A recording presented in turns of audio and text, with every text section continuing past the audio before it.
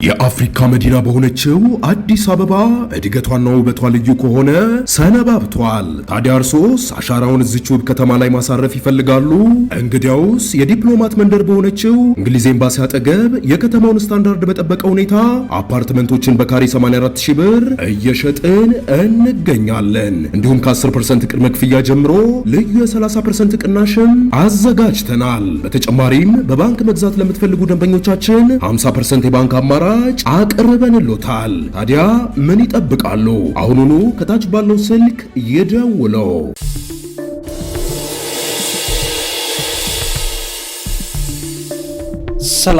ሰላምና ጤናን ፍቅርን በረከትን ያድልልኝ። ክቡራትና ክቡራን የሣድስ ቤተሰቦቼ በድጋሚ ተገናኝተናል።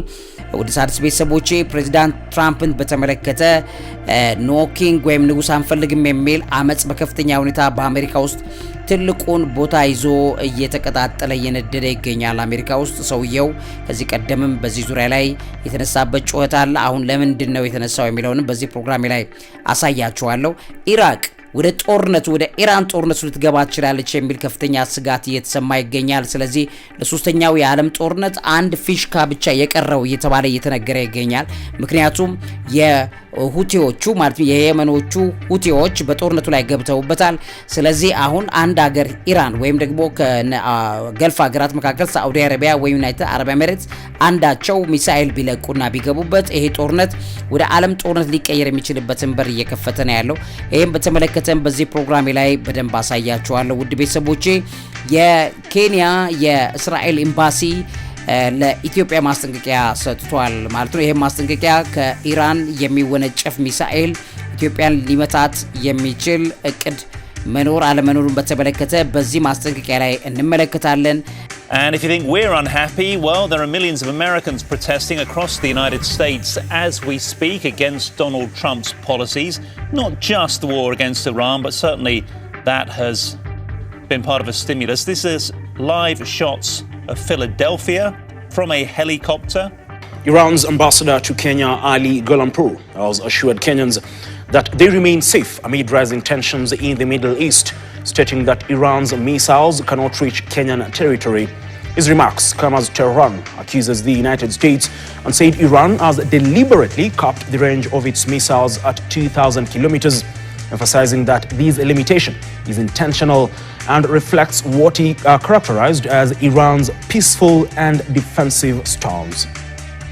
Then you are attacked and under military aggression, you shall not sit down and watch, and you will take all the necessary measures to defend yourselves in accordance with international law and the Charter of the United Nations. So it is an inherent right. ከዚህ ፕሮግራም ቀደም ብዬ አንድ የቀጥታ ስርጭት ፕሮግራም ላይ አቅርቤላችሁ ነበር። በተለይ በእስራኤል ሰማይ ላይ ሰሞኑን የታዩ የቁራ መንጋ የቴልአቪቭን ሰማይ ሙሉ ለሙሉ እንዳጨለሙት የሚያሳዩ መረጃዎችን ዓለም ላይ በከፍተኛ ሁኔታ ተሰራጭተዋል።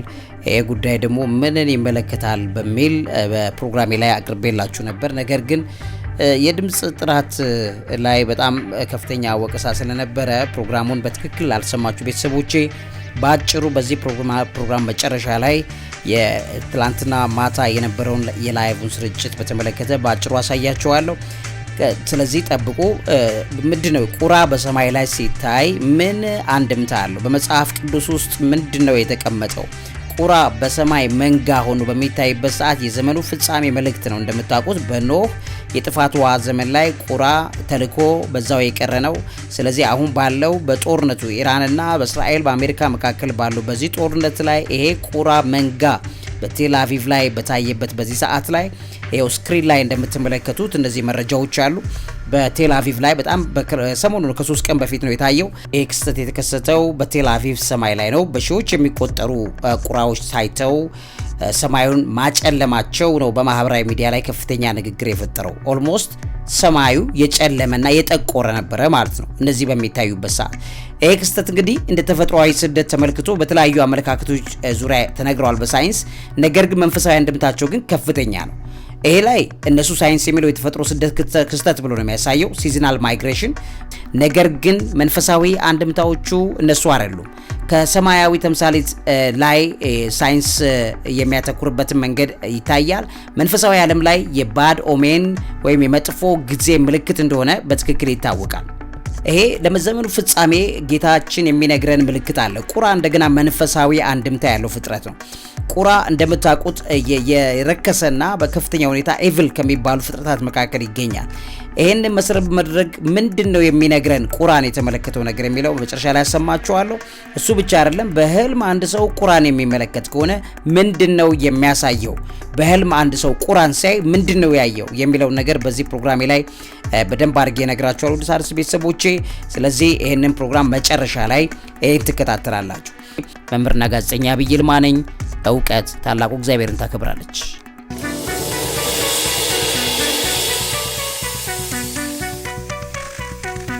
እንግዲህ ክቡራትና ክቡራን የሣድስ ቤተሰቦቼ በትራምፕ ላይ በአሜሪካን ሀገር ከፍተኛ የሆነ ሰላማዊ ሰልፍ የተቃውሞ ሰልፍ ተጥለቅልቋል። ከ3000 በላይ የተቃውሞ ሰልፎች በአሜሪካ 50 ግዛቶች በዋና ዋና ከተሞች፣ በከተማ ዳርቻዎች እንዲሁም በትናንሽ ከተሞች ላይ የተካሄዱ ይገኛል።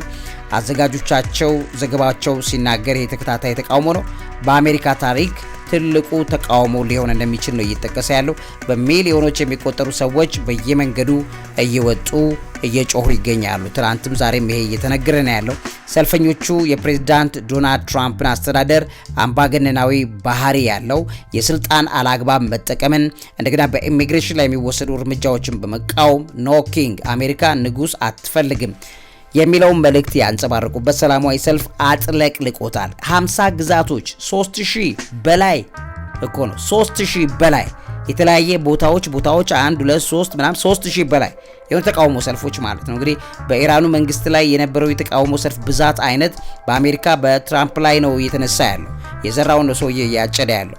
በጣም በከፍተኛ ሁኔታ እኔ ከሚያሳዝኑኝ ዓለምን ወደ ውጥንቅጥ ይዘው እየገቡ ካሉ ሰዎች መካከል ትራምፕ ቀድሚያውን የሚይዝ ነው።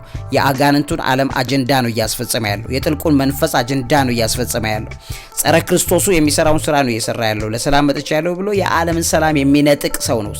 በጣም አደገኛ መንፈስ ነው። ያ መንፈስ የሐሰተኛው ክርስቶስ መንፈስ ለሰላም መጥቻለሁ ሰላም ላረግ ነው ብሎ ነው ዓለምን ወደ ኬኦስ ወደ ውጥንቅጥ ወደ መልሳ ዓለም ማገገም እንዳችል አድርጎ ወደ አጋንንት ወደ ዝቅጠት ዓለምን ይዟት የሚገባው ሐሰተኛው ክርስቶስ ነው።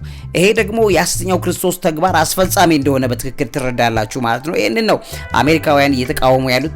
ከጥቅምት 2025 በኋላ የወጣ ጭማሪ ነው። ይሄ እንግዲህ ጥቅምት 2025 ላይ እንደምታስታውሱት ይሄ ተቃውሞ ሰልፍ ተካሂዶ ነበር። የዛ ቀጣይ ነው ይሄ እንግዲህ የጥቅምቱ ሰልፍ 7 ሚሊዮን ተሳታፊዎች ነበሩት። የማርቹ ሰልፍ ከዚያ በላይ ተሳታፊዎችን ይዛል ተብሎ ነው እየተጠበቀ እየተሰራበት አሁን ያለው ማለት ነው። የዋናው ስፍራ ወይም ፍላግሺፕ ኢቨንት ሚኒሶታ ነው። የሰልፎቹ ማዕከላዊ ትኩረት በሴንት ፖል በሚኒሶታ የተካሄደ ሰልፍ ነው። በጥር 2026 በፌዴራል ኢሚግሬሽን ኤጀንት ወይም ICE የተገደሉት 2 የአሜሪካ ዜጎች መታሰቢያ ተደርጎ እንደተካሄደ ይታወቃል። ታዋቂው ድምፃዊ ብሩስ ስፕሪንግስቲን፣ ተዋናይዋ ደግሞ ጄን ፎንዳ እንደገናም ሴናተር በርኒ ሳንደርስም ጭምር በዋናው በሰልፍ ላይ ተገኝተዋል። ተቃውሞው በአሜሪካ ውስጥ ብቻ ሳይገደብ በአውሮፓ፣ በካናዳ፣ በሜክሲኮ፣ በቶኪዮ ጨምሮ በተለያዩ ሀገራት የአሜሪካ ዲሞክራቶችና ደጋፊዎች ሰልፍ እንዳደረጉ እየተነገረ ይገኛል። እንግዲህ የተቃውሞ መንስኤ ወይም መነሻ ኢራንና ኢኮኖሚ ዓለም አቀፍ ኢኮኖሚን ይመለከታል ከኢሚግሬሽን ባሻገር ማለት ነው። ሰልፈኞቹ አስተዳደሩ ከኢራን ጋር የጀመረውን የተሳሳተ ጦርነት እየጨመረ የመጣው የነዳጅ ዋጋ ከፍተኛ የኑሮ ውድነትን ተቃውሞም ጭምር ነው ይዘው እየወጡ ያሉ። እንግዲህ ከዚህ ጋር ተያይዞ የነጩ ቤት ቃል አቀባይ አቢጌል ጃክሰን ተቃውሞቹን የትራምፕ ዴራንጅመንት ቴራፒ ክፍለ ጊዜ በማለት ነው ያጣጣሉት። ሰልፈኞቹ የጋዜጠኞችን ትኩረት ለመሳብ እንጂ የአሜሪካ ሕዝብ አይደለም የሰልፈኞቹ ተቃውሞ በሚል አጣጥለውታል። ከዚህ ጋር ተያይዞ አዘጋጆቹ ምንም እንኳን የፌዴራል ኤጀንቶችና ጦር በከተሞች ቢሰማሩም ሰልፎቹ ሙሉ ለሙሉ ሰላማዊ እንደሚሆኑና ጥቃት እንዳይፈጸም አጥብቀው እንዳሳሰቡም እየተነገረ ይገኛል። ዘ ጋርዲያን በዚህ ዙሪያ ላይ ዘግቦታል። ትራምፕ እንግዲህ ይህንን ከፍተኛ የሆነ ተቃውሞ እንደደረሰበት እየተመለከትን እንገኛለን።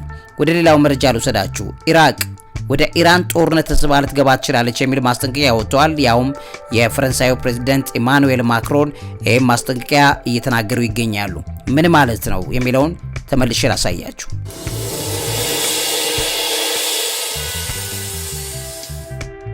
እንግዲህ ክቡራትና ክቡራን ኢሳድስ ቤተሰቦቼ የፈረንሳይ ፕሬዝዳንት ኢማኑኤል ማክሮን በኢራቅ ከፊል ራስ ገዝ የኩርዲስታን ክልል ርዕሰ መስተዳድሩ ነቺርቫን ባርዛኒ ይባላሉ ከሳቸው ጋር ተነጋግረዋልና በመኖሪያ ቤታቸው ላይ ጥቃት እንደተሰነዘረ እየተነገረ ይገኛል። ማክሮን ኢራቅ ወደ ቀጠናው ግጭት እንዳትሳብ ማስጠንቀቂያ ሰጥተዋል። ልትሳብ ትችላለች፣ ልትገባ ትችላለች የሚለው ከፍተኛ የሆነ ነገር እንደገና እዚህ ጋር የተገለጸ ይገኛል።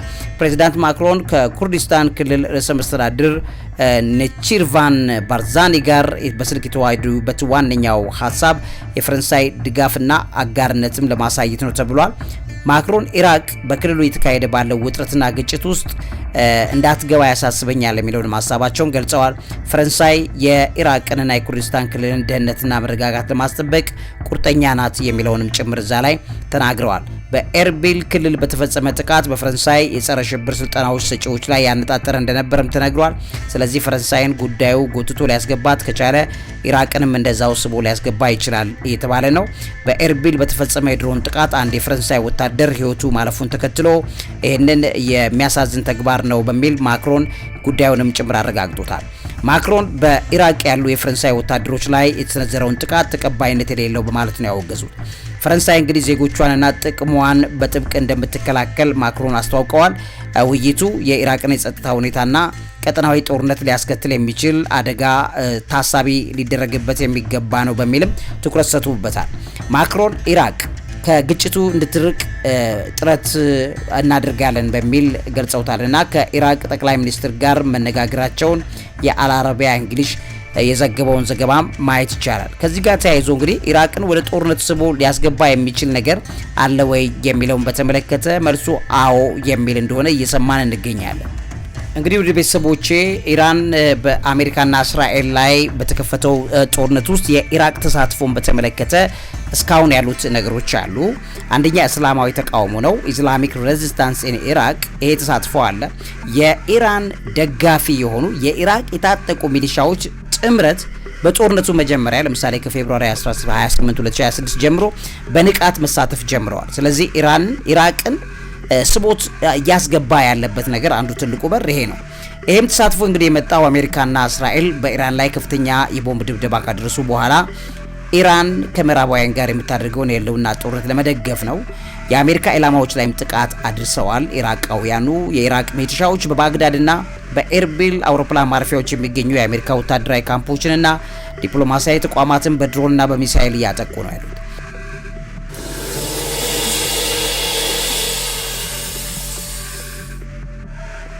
የሐሺድ አልአሻቢ የሚባል ፒኤምኤፍ የሚባል ሚና አለ።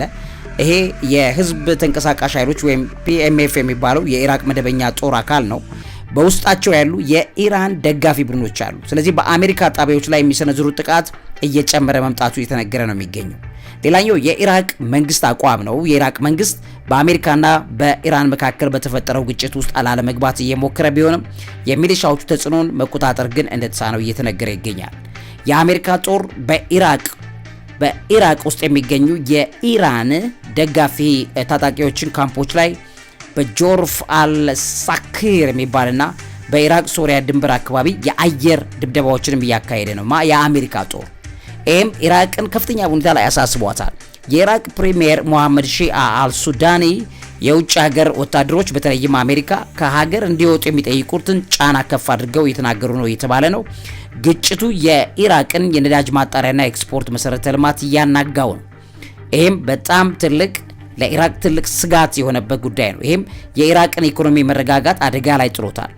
ከዛ ውጪ የኢራቅ ርዕሰ መስተዳድር የጦርነቱ መስፋፋትን ኢራቅ ሙሉ በሙሉ ወደ ጦርነቱ ከክልል የመሳብ እድሉ እጅግ ከፍተኛ እንደሆነ ባለሙያዎች ስጋታቸውን እየገለጹ ይገኛሉ። ከዚህ አንጻር እንግዲህ በባግዳድ የሚገኘው የአሜሪካ ኤምባሲ በድሮን ጥቃቶች መታለሙን ተከትሎ ተመቷልም ጭምር ማለት ነው። እንደገና በኢላማ ውስጥም ነው ያለው። ስለዚህ ያን ተከትሎ የኤምባሲ ሰራተኞች የግዴታ መልቀቅ ወይም ኦርደር ዲፓርቸር እንዲያደርጉ የአሜሪካ የውጭ ጉዳይ መስሪያ ቤት እንዳዘዘ ይናገራል። በተለይ ሬዲዮ ፍሪ ዩሮፕ የሚባል ሚዲያ በዘገበው ዘገባ ላይ ምስጢሮችና መረጃዎችን ይዞ ወጥቷል። ኒው ሁማኒቴሪያን፣ አረብ ዊክሊ፣ እንደገና ሬዲዮ ፍሪ ዩሮፕ ወይም ሬዲዮ ሊበርቲ የሚባለው እነዚህ መረጃዎች ሰብስቦ ይዞት መውጣቱን ትመለከታላችሁ ማለት ነው። ስለዚህ ኢራቅ ተስባ የማትገባበት ምክንያት የለም የሚለው ነገር እየተነገረ ይገኛል። ይሄ ጦርነት ወደ ዓለም ጦርነት እንዳይቀየር ይሰጋል። በአካባቢ ላይ ያሉ ሀገራት በተቀላላ የዚህ አካል ኦልሞስት ብዙዎቹ የተደበደቡ እየደቀቁ ከመጡ እንግዲህ የበሰበሰ ዝናብ አይፈራም። እንደገና የርኩሱ ዓለም የዲያብሎስ ዓለም ጦርነት ደጋሽ ነው። ሰዎችን ቀስቅሶ ወደ ጦርነት እንዲገቡ ነው ያበረታታ የሚኖረው። ስለዚህ ይሄ ነገር ስቦ ከሚያስገባቸው ሀገራት አንዷ ኢራቅ እንዳትሆን እየተሰጋ እንዳለ እየተነገረ ይገኛል። እንግዲህ ሌላ የጦር ግንባር ለእስራኤል ተከፍቷል። ሶስተኛ የጦር ግንባር ያውም በየመን ሁቲዎቹ ነው። ይሄም እንግዲህ የኢራቅን የሚስብ ከሆነ ነገሮች በጣም የተወሳሰቡ እንደሚመጡ የሚያሳዩ ነገሮች ይጨምራሉ።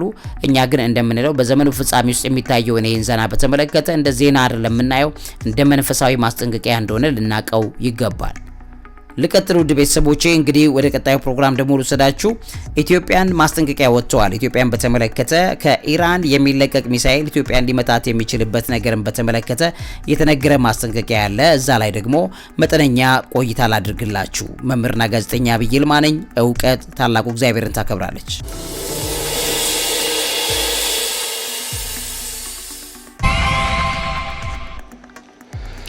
Now, welcome back. Iran's ambassador to Kenya, Ali Golampour, has assured Kenyans that they remain safe amid rising tensions in the Middle East, stating that Iran's missiles cannot reach Kenyan territory. His remarks come as Tehran accuses the United States and said Iran has deliberately capped the range of its missiles at 2,000 kilometers, emphasizing that this limitation is intentional and reflects what he characterized as Iran's peaceful and defensive stance.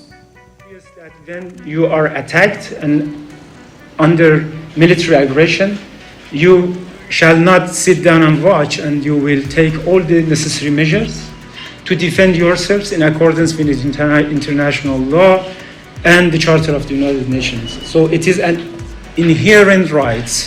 እንግዲህ ክብራትና ክብራን ሣድስ ቤተሰቦቼ ይሄ ማስጠንቀቂያ ያወጣው በኬንያ የሚገኘው የእስራኤል ኤምባሲ ነው። በማርች 2026 እንደገለጸው የኢራን የቦሊስቲክ ሚሳኤል አቅም ከመካከለኛው ምስራቅ አልፎ ምስራቅ አፍሪካን ሊደርስ ይችላል የሚል ስጋት እንዳለው ኤምባሲው ገልጿል።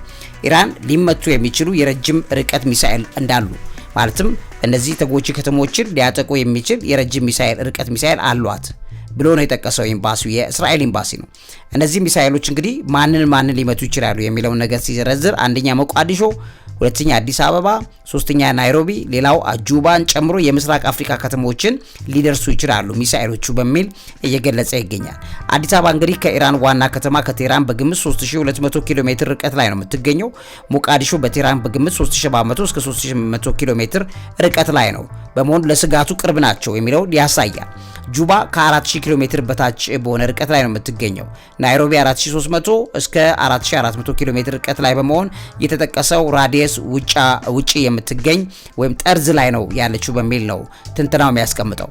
ከዚህ ውጪ ይህ ስጋት እንግዲህ በመካከለኛው ምስራቅና በምስራቅ አፍሪካ መካከል ያለውን የቅርብ ጂኦግራፊያዊ ትስስር የጸጥታ ተጋላጭነትንም እንደሚያሳይ እየተነገረ ይገኛል። እንግዲህ የሚሳኤል ተጓዥ ርቀትን በተመለከተ የኢራን የቦሊስቲክ ሚሳኤል ሲስተሞች ከ2000 እስከ 3000 ኪሎ ሜትር መጓዝ እንደሚችሉ በሪፖርቶች ተጠቅሰዋል። የረጅም ርቀት ሙከራዎችን በተመለከተ በማርች 2026 የኢራን ሚሳኤሎች እስከ 4000 ኪሎ ሜትር ርቀት ላይ የነበረን ኢላማ ለመምታት መሞከራቸው እንደተዘገበ ይታያል። ስለዚህ የሚታሰበው ሁሉ ጊዜ የሚታሰበው 3000 ኪሎ ሜትር ወይ 2000 ኪሎ ሜትር የሚለው አሁን ተሻሽሎ እስከ 4000 ኪሎ ሜትር እንደሆነ እየታየ ይገኛል። ኢራን በበኩሏ የምስራቅ አፍሪካ ሀገራትን በማረጋጋት በሚሳኤሏ ርቀት 2000 ኪሎ ሜትር ብቻ የተገደበ እንደሆነ ነው የምትገልጸው። ምክንያቱም ሀገራትን ለማረጋጋት በተለይ ምስራቅ አፍሪካና የአፍሪካ ቀንድ ሀገራት ስጋት እንዳይዛቸው ኢራን እያደረገች ነው ያለችው። ሀገሪቱ እንደማይደርስ ኢትዮጵያንም ሌሎችንም ቦታዎች ላይ እንደማይደርስ ለማሳመን የተደረገ ጥረት እንጂ ችግር ከተፈጠረ የኢራን ሚሳኤሎች አዲስ አበባን ሊመቱ የሚችሉ እንደሆነ የሚያሳየው ዘገባ ከእስራኤል ኤምባሲ ነው የወጣው ከኬንያ። እንግዲህ የእስራኤል ሪፖርቶች ኢራን በአህጉሪቱ ስላሉ እውነተኛ ከተሞች፣ እውነተኛ ቤተሰቦችና እውነተኛ ህይወት ስጋት ፈጥራለች ብለው የእስራኤል ሪፖርቶች እያሳዩ ይገኛሉ። የኬንያ የአሜሪካ ወታደራዊ ሰፈር በላሙ የሚገኝ የኢራን ሚሳኤል ሊደርስበት በሚችል ክልል ውስጥ ነው ያለው በሚል ይሄም ስጋት ፈጥሯል ማለት ነው። አንዱም ስጋት ከፈጠረባቸው ነገሮች መካከል በኬንያ የዚህ የላሙ ወደብ ላይ የሚገኘው የአሜሪካ ጦር ካምፕ ነው። ከፍተኛ ውጥረት ጊዜ ነው እየጨመረ ያለው። ጦርነቱ እየቀጠለ የሚመጣ ከሆነና ከፍተኛ ርዝመት ያለው ጊዜ የሚወስድ ከሆነ ይሄ ማስጠንቀቂያ በትክክልም ተግባራዊ የሚሆንበት ነገር ቅርብ ሊሆን ይችላል። በአሜሪካና በእስራኤል መካከል ያለው ውጥረት ከፍተኛ ደረጃ ላይ በደረሰበት በዚህ ወቅት ነው እየተነገረ ያለው። ኢትዮጵያ ደግሞ እንደሚታወቀው ከዩናይትድ አረብ ኤሚሬትስ ጋር ናት በጣም በቅርብ ያለችው። ስለዚህ እዚህ ቦታ ላይ ችግር ቢፈጠር ኢራን ሚሳኤሏ ወደዚህ የማይለቀቅበት ምክንያት የለም ማለት ነው። ረጅም ጦርነት በፈጀ ቁጥር ብዙ ችግር አከታትሎ ይመጣል። የኢራን ሚሳኤል ፕሮግራም በመካከለኛው ምስራቅ ያለውን የኃይል ሚዛን ለመቀየር ያለመ ነው። የኢራን ሚሳኤሎች አውሮፓን ለምሳሌ በርሊን፣ ፓሪስ፣ ሮምን ሊመቱ የሚችሉበት አቅም እንዳለ የእስራኤልም ይህን ማስጠንቀቂያ ላይ እንዳካተተች እየተነገረ ይገኛል። የኢራን የኒውክሌር ዩራኒየም ማበልጸጊያ ስራ ሌላው ስጋት መሆኑን ነው ሪፖርቱ የሚያሳየው። በአካባቢ ያለውን ውጥረት በምስራቅ አፍሪካ የንግድ እንቅስቃሴና ኤነርጂ ዋጋ ላይ ተጽዕኖ ሊያሳድር እንደሚችልም ሪፖርቱ ገልጿል። የአፍሪካ ሀገራት በትጥቅ ትግሉ ውስጥ እንዳይገቡም ተግሳጽም ያቀርባል ሪፖርቱ። ኢራን የሚሳኤል ፕሮግራሟን የመከላከያ እንጂ ጥቃት የመሰንዘር ዓላማ እንደሌላትም በተደጋጋሚ ትገልጻለች።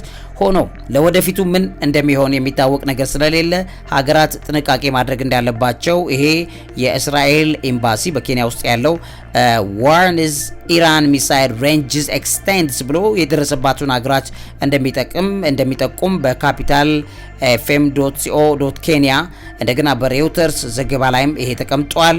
እንደገናም በተለይ አውስትራሊያ ብሮድካስቲንግ ኮርፖሬሽንም ያቀረበው ዘገባ ያሳያል ማለት ነው። ወደ መጨረሻው መረጃ ለለፍላችሁ። በተለይም እንግዲህ ትላንትና በቀጥታ ስርጭቴ ላይ በደንብ አድርጌ አሳይቼዋለሁ። የቁራ በእስራኤል ሰማይ ላይ መታየትን ተመልክቶ የቀረቡት ሪፖርቶች አንደኛ በላይቭ ላይ ስለነበረ ድምፁ ትንሽ ተቸግረው ቤተሰቦች ሲጠይቁኝ ነበረ። ለዛ የሚሆነውን ነገር በዚህ ፕሮግራሜ ላይ በደንብ አድርጌ ላሳያችሁ። የታየውም እንደገናም ደግሞ ምልክቱስ ምንድነው? በዛ ውስጥ ያለው መልእክትስ ምንድነው? ጌታችን ደግሞ ሊነግረን የፈለገው በቁራ መንጋ በእስራኤል ከተማ ላይ መታየቱን በተመለከተ ሊነግረን የፈለገው ነገርን በተመለከተ በዚህ ፕሮግራሜ ላይ ካትሼላችኋለሁ።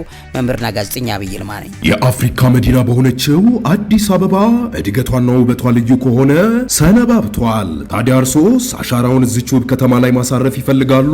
እንግዲያውስ የዲፕሎማት መንደር በሆነችው እንግሊዝ ኤምባሲ አጠገብ የከተማውን ስታንዳርድ በጠበቀ ሁኔታ አፓርትመንቶችን በካሬ 84,000 ብር እየሸጥን እንገኛለን። እንዲሁም ከ10% ቅድመ ክፍያ ጀምሮ ልዩ የ30% ቅናሽም አዘጋጅተናል። በተጨማሪም በባንክ መግዛት ለምትፈልጉ ደንበኞቻችን 50% የባንክ አማራጭ አቅርበንሎታል። ታዲያ ምን ይጠብቃሉ? አሁኑኑ ከታች ባለው ስልክ ይደውለው።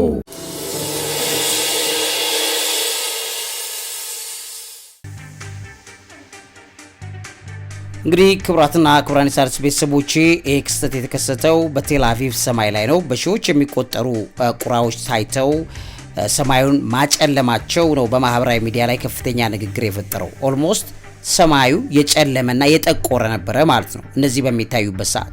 ይህ ክስተት እንግዲህ እንደ ተፈጥሯዊ ስደት ተመልክቶ በተለያዩ አመለካከቶች ዙሪያ ተነግረዋል በሳይንስ። ነገር ግን መንፈሳዊ አንድምታቸው ግን ከፍተኛ ነው። ይሄ ላይ እነሱ ሳይንስ የሚለው የተፈጥሮ ስደት ክስተት ብሎ ነው የሚያሳየው። ሲዝናል ማይግሬሽን ባለሙያዎች ያን ይናገራሉ። በቴል አቪቭ ሰማይ ላይ የሚታዩ በሺዎች የሚቆጠሩ ቁራዎች መታየት በጸደይ ወቅት ላይ ያለውን ነገር ጠቅሰው ያሳያሉ። ነገር ግን መንፈሳዊ አንድምታዎቹ እነሱ አይደሉም። ከሰማያዊ ተምሳሌት ላይ ሳይንስ የሚያተኩርበትን መንገድ ይታያል። መንፈሳዊ ዓለም ላይ የባድ ኦሜን ወይም የመጥፎ ጊዜ ምልክት እንደሆነ በትክክል ይታወቃል። ከዚህ ጋር ተያይዞ ክቡራትና ክቡራን የሣድስ ቤተሰቦቼ በተለይም በዚሁ ሰማይ ላይ የታዩት እነዚህን የቁራ ዝርያዎችን በተመለከተ ሁድድ ክሮ የሚባሉት ናቸው። የአመድ ቀለም ቁራ በመባል የሚታወቁት ናቸው። እነዚህ ወፎች በብዛት እንግዲህ በዚህ አካባቢ ላይ ወቅት ቢጠብቁ እንጂ በስፋት እንደዚህ እንዳሁን ባለበት ብዛት በቅርብ ጊዜ ታይተው አይታወቁም። የአመድ ቀለም ቁራ ወይም ሁድድ ክሮ ኮርቮክስ ኮርኒክስ በሳይንስ ስሙ በእስራኤል የሚታይ ቁራ ነው። ነገር ግን በእስራኤል 7 የሚያክሉ የቁራ ዝርያዎች መካከል እነዚህ በሰማይ ላይ በከፍተኛ ሁኔታ ላይ አሁን በስተው ልክ ተጥለቅልቀው ሰማዩ እስኪጨልም ድረስ ቀን እስኪጨልም ድረስ ነበረ የታዩት ማለት ነው። ሰሞኑን እነዚህ ወፍ ዝርያዎች የቁራ ስብስቦች በቅርብ በጣም በትላልቅ መንጋዎች ሆነው በቴል አቪቭ ሰማይ ላይ ሲበሩ መታየታቸው በመንፈሳዊ ዓለም ላይ የሚያሳየው ትርጓሜ የበላይነቱን እንዲይዝ እንዳደረገው እየተመለከተ ይገኛል። ይሄ እንግዲህ the flock ወይ murder of crows የሚባለው በከፍተኛ ሁኔታ ሲበሩ መታየታቸው የመጥፎ ምልክት ወይ bad omen ምልክት እንደሆነ ነው በብዙ መንፈሳዊ ተንታኞች የሚነገረው። እንደገና እስራኤላውያኑ በቀደመ ባህላቸው በአይሁድ ባህል መሰረት እንደዚህ አይነት ብዙ አይከሰትም። በአንድ ጊዜ የሚከሰቱ ከሆነ ከ100 ሚሊዮን በላይ ወፎች ናቸው እነዚህ ቁራዎች ናቸው በአንድ የተከሰቱት። ሰማይ ሁሉ ጠቁሮ ነበረ ማለት ነው። ትልቁ ነገር እሱ ነው። ስለዚህ ብዙዎች ይህንን አስፈሪ ትዕይንት የጥፋት አብሳሪ ወይም ሃርቢንገር ኦፍ ዱም ብለው ነው የገለጹት።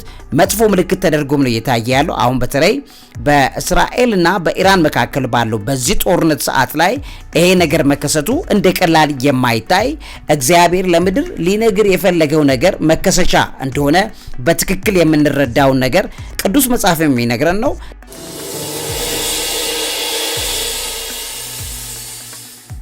እንደገናም ደግሞ ከምንም በላይ ደግሞ እንግዲህ ቁራ በህልም ሲታይ እንደገናም በተለያየ መልኩ የሚስተዋሉ መንፈሳዊ ነገሮች ላይ ትኩረት እንድናረግ የሚያደርገው ነገር ሲታይ ዝም ብለን አልፈን አንሄድም። እግዚአብሔር የሚነግረን ነገር አለ። አሁን እንደሚታወቀው የሰላም ስምምነት ለማድረግ በዚህ ጦርነት ላይ በኢራንና በእስራኤል እንደገና በአሜሪካ መካከል የሰላም ስምምነት እናመጣለን ብለው በሚታገሉበት በዚህ ሰዓት ላይ የሰላም ቢሆን እርግብ ነበረ በሰማይ ላይ እንደዛ ሊወር የሚገባው ነገር ግን ሰማዩን እስኪያጨልም ከተማውን ቴልአቪቭን እስኪያጨልም ይሄ የወፍ መንጋ የቁራ መንጋ ሰማይ ላይ ሲያጥለቀልቅ በዮሐንስ ወንጌል ምዕራፍ 19 ከቁጥር 18 ላይ ያለው ነው የሚታየን።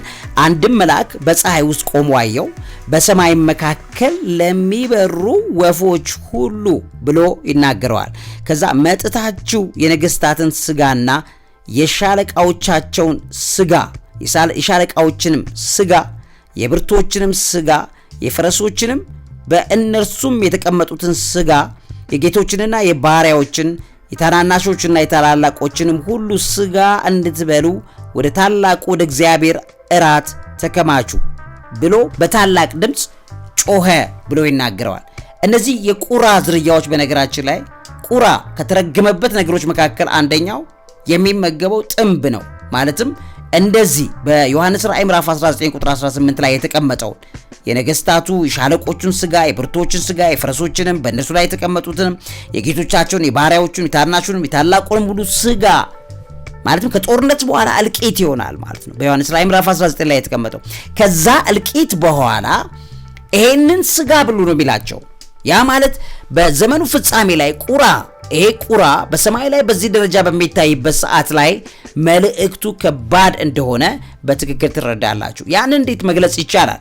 እንግዲህ በቴልአቪቭ ሰማይ ላይ የታዩት እነዚህ ግዙፍ ስብስቦች ናቸው። በሺዎች የሚቆጠሩ ቁራዎች ናቸው። ምናልባትም በመቶ ሺዎችና በሚሊዮን ደረጃ ላይ ሊደርስ የሚችል ቁራዎች ናቸው ተብሎ ነው የተጠቀሰ ያለው። ስለዚህ በአንድ ላይ ሰማዩን ጥቁር እስኪያደርጉ ድረስ ሲበሩ ታይተዋል።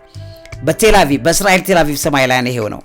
ይሄ እንግዲህ ከቀናት ነው ከ3 ቀን በፊት ነው ይሄ ሆነው። ይሄ እንግዲህ በዚህ ሰዓት ላይ ጂኦፖለቲካዊ ጦርነቱና ውጥረቱ በታየበት ጊዜ ነው። አስፈሪና ያልተለመደ ሲባል በብዙ ተገልጿል። መጥፎ ምልክት ባድ ኦሜን እንዳለውም ሲገለጽ ቆይቷል። ይሄ በከፍተኛ ሁኔታ የሚታይ ምልክት እንደቀላል አናየው። ይሄንን በተመለከተ የሚደረጉ ነገሮችን ስታስተውሉ የምናየው ምልክቱ ከእግዚአብሔር ቃል አንጻር ልናየው ይገባናል።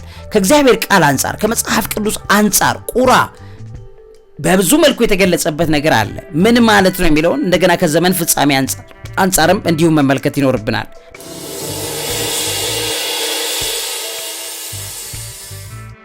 እንግዲህ ክቡራትና ክቡራን የሣድስ ቤተሰቦቼ በዘፍጥረት ምዕራፍ 8 ቁጥር 7 ላይ እንደተቀመጠው ከጥፋት ውሃ በኋላ ከመርከብ የወጣ የመጀመሪያ ወፍ ቁራ ነው። ኖህ ውሃው መርገቡን ለማወቅ መጀመሪያ የላከው ቁራ ወይም ራቨንን ነው። ራቨን ወይም ቁራው ከመርከብ ወጥቶ ውሃው እስኪደርቅ ድረስ ወደ ላይና ወደ ታች ይበር ነበር ብሎ ነው የሚያስቀምጠው። በዘፍጥረት 8:7 ላይ እንደተቀመጠው ኖህ ዘንድ ግን አልተመለሰም። እዛ ቦታ ላይ የተንጎራደደ የቁራ መልእክተኛ፣ የራሱን ፍላጎት የሚያስፈጽም ግለኛ፣ የሰላም ንጉስ አይደለም። ልብ በሉ፣ አሁን የሚገለጠው እርኩሱ መንፈስ፣ የአውሬው መንፈስ የዓለምን ሰላም ሊወስድ የሚመጣ ነው። ለምድር ሰላም ሊሰጥ አይችልም። ስለዚህ ይህን ጦርነት ደግሶ በኢራንና በአሜሪካ መካከል ሰላም ሊመጣ ሲል ሰላምን የሚያደፈርስ መንፈስ አየሩን ሞልቶታል ማለት ነው። አንዱ ምልክት ቁራ የቴልአቪቭን ሰማይ ሲሞላው ይሄ ምልክት አለ። መጽሐፍ ቅዱሳዊ ነው። ለምሳሌ ይሄ ወፍ ለምንድን ነው ሲባል በዚህ ደረጃ ላይ አንደኛ የሰላም መልእክት ያለው አይደለም። የሰላም መልእክትን ይዛ የመጣችው ርግብ ናት። ቁራ ግን በዛው ቀርቷል። የርኩሱ መንፈስ የዲያብሎስ መንፈስ መገለጫ ነው።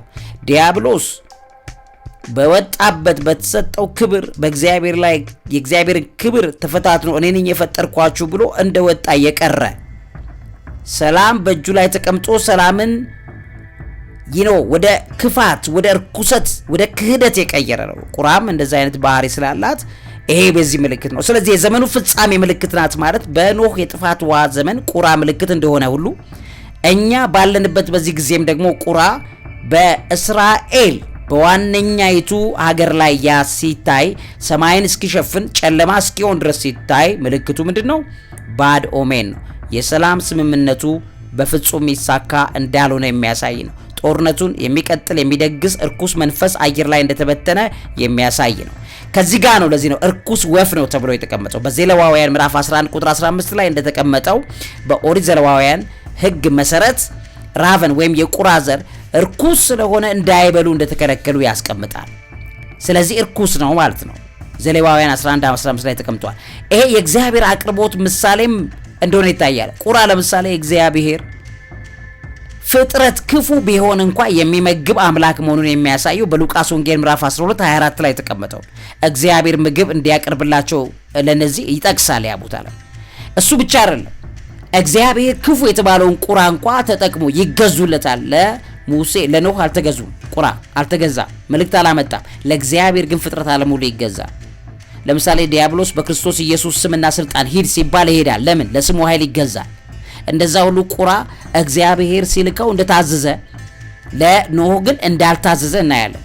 ስለዚህ እግዚአብሔር ሲልከው እንደታዘዘ የምናየው አንደኛ በአንደኛ ነገሥት ምዕራፍ 17 ከቁጥር 4 እስከ 6 ላይ ለኤልያስ በኬሪት ፈሳሽ አጠገብ እንዲደበቅና ቁራ ጠዋትና ማታ ዳቦና ስጋ እንዲያመጡለት አዞ እንደነበረ ይታያል። ለምን? ቁራ ስጋ ካገኘ ይውጣል። ርግብ ስጋ በሊታ አይደለችም። ቁራ ግን የጥንብ ሁሉ ስጋ ሁሉ ይበላል። ታዲያ በእጁ ላይ በአፉ ላይ ስጋ ተቀምጦ እንዴት አልዋጠው?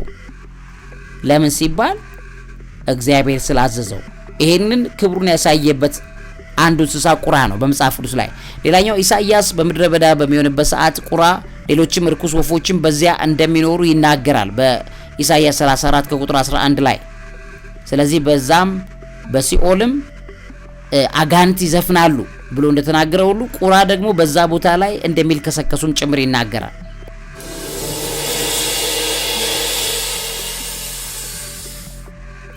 ከዚህ ውጪ ለምሳሌ በመጽሐፈ ኢዮብ ምዕራፍ 38 ቁጥር 41 ላይ እንደተቀመጠው ቁራ ግልገሎቹ የሚበሉት አጥተው ሲጮሁ ወደ እግዚአብሔር እንደሚመግባቸው ይናገራል።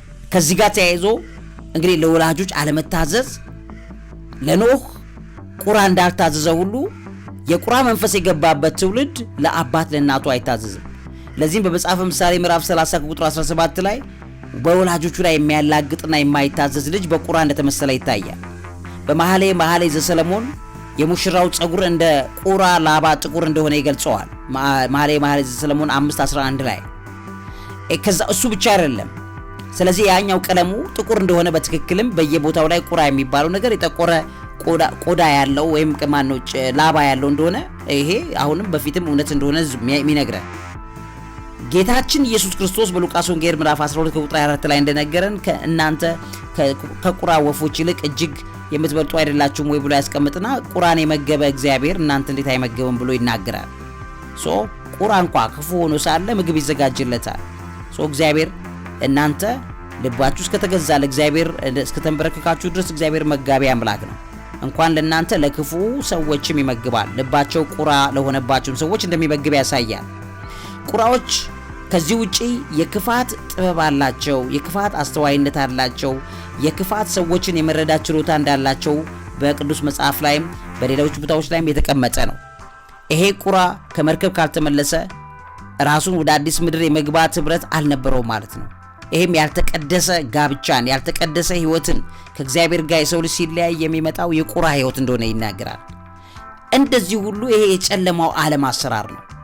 ለዚህ ነው ቁራ የሚለው ቃል በዕብራይስጥ ኤሬቭ የሚባል ስያሜ ያለው። ማለት ኤሬቭ ማለት የጨለማ ወይም ጨለማ ምሽት ማለት ነው ቃሉ ራሱ።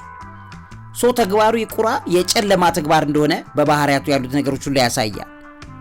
ስለዚህ ቁራ በፍልስጤም ምድር በስፋት የሚገኝ የተለመደ ወፍ ነው። በመዝሙር ዳዊት 147 ከቁጥር 9 ላይ እንደተቀመጠው እግዚአብሔር ለእንስሳትና ለሚጮሁ የቁራ ግልገሎችን ምግብ እንደሚሰጥ ይጠቅሳል። ስለዚህ ለፍጥረት ለግልገሎቹ እንኳን ወይም ለጫጩቶቹ እንኳን ቁራ የማይሳሳ እንደሆነ ታያላችሁ፣ አይራራም። ያ ማለት እግዚአብሔር የቁራን ጫጩቶች ባይመግብ የቁራ እናትማ አትመግባቸው። እግዚአብሔር ግን መጋቢ አምላክ ነው። እንዴት አድርጎ እንደሚያሳድጋቸው ክፉዎች ሆነው እንኳን እያለ እግዚአብሔር ያሳድጋል።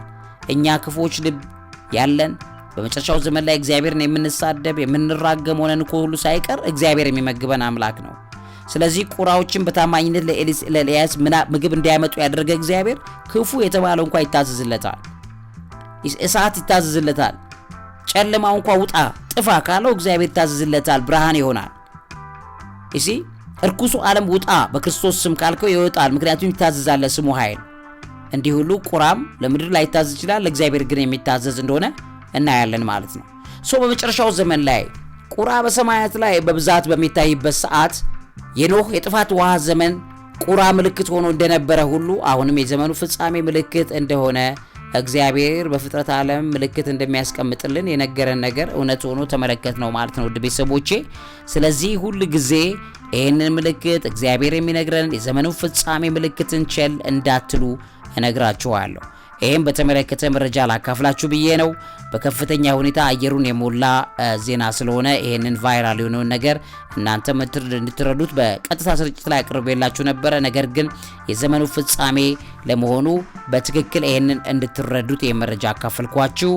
ይሄ ታይቷል። እናንተ ግን የእግዚአብሔርን አይን እናንተ አይናችሁን ወደ እግዚአብሔር ማሳየት ማየት ግድ እንደሚላችሁ መጠቆም ወዳለው።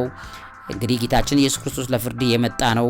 ሁሉ ጊዜ ደጋግመን እንደምናየው የዓለም ክፋቷ ጨምሯል። እኛ ግን ጌታችንን እንጠብቀዋለን። አሜን። ማራናታ፣ ጌታ ኢየሱስ ሆይ ቶሎና እንላለን። ዕውቀት ታላቁ እግዚአብሔርን ታከብራለች። መምህርና ጋዜጠኛ ዐቢይ ይልማ። የአፍሪካ መዲና በሆነችው አዲስ አበባ እድገቷና ውበቷ ልዩ ከሆነ ሰነባብቷል። ታዲያ እርሶስ አሻራውን እዚች ውብ ከተማ ላይ ማሳረፍ ይፈልጋሉ? እንግዲያውስ የዲፕሎማት መንደር በሆነችው እንግሊዝ ኤምባሲ አጠገብ የከተማውን ስታንዳርድ በጠበቀ ሁኔታ አፓርትመንቶችን በካሬ 84,000 ብር እየሸጥን እንገኛለን። እንዲሁም ከ10% ቅድመ ክፍያ ጀምሮ ልዩ የ30% ቅናሽም አዘጋጅተናል። በተጨማሪም በባንክ መግዛት ለምትፈልጉ ደንበኞቻችን 50% የባንክ አማራጭ አቅርበንልዎታል። ታዲያ ምን ይጠብቃሉ? አሁኑኑ ከታች ባለው ስልክ ይደውሉ።